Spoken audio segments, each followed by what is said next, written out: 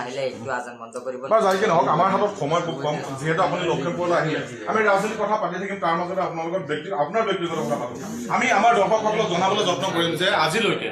চুকুৰালীৰ বিষয়ে যিখিনি কথা প্ৰকাশ পোৱা নাই বা দৰ্শকে শুনা নাই সেইখিনি কথা আমি চুকুৰালীৰ মুখৰ পৰা জানিবলৈ যাম আৰু আপোনাৰ ব্যক্তিগত পৰিয়ালৰ কথালৈ আহোঁ পৰিয়াল কেনেকুৱা আপোনাৰ পৰিয়াল কি কি আছে কোন কোন আছে মা দেউতা আছে ভাইটিবিলাক আছে আমি খুব দৰিদ্ৰ পৰিয়ালৰ ল'ৰা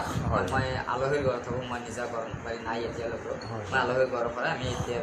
বচা চলাই আছোঁ হয় আপোনাৰ এনে বয়স কিমান আছে মই এতিয়া 27 ৰানিং চলি আছে বিয়া বাৰুৰ কথা ভাবিছে নাই এইটো আমাৰ সময় হোৱা নাই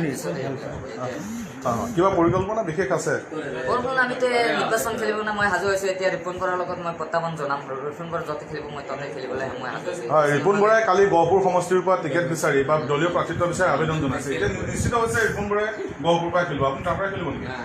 য'ত ৰিপন বৰা খেলিব ততে মই খেলিম যদি আমাৰ পাৰ্টিৰ পৰা টিকেট দিয়ে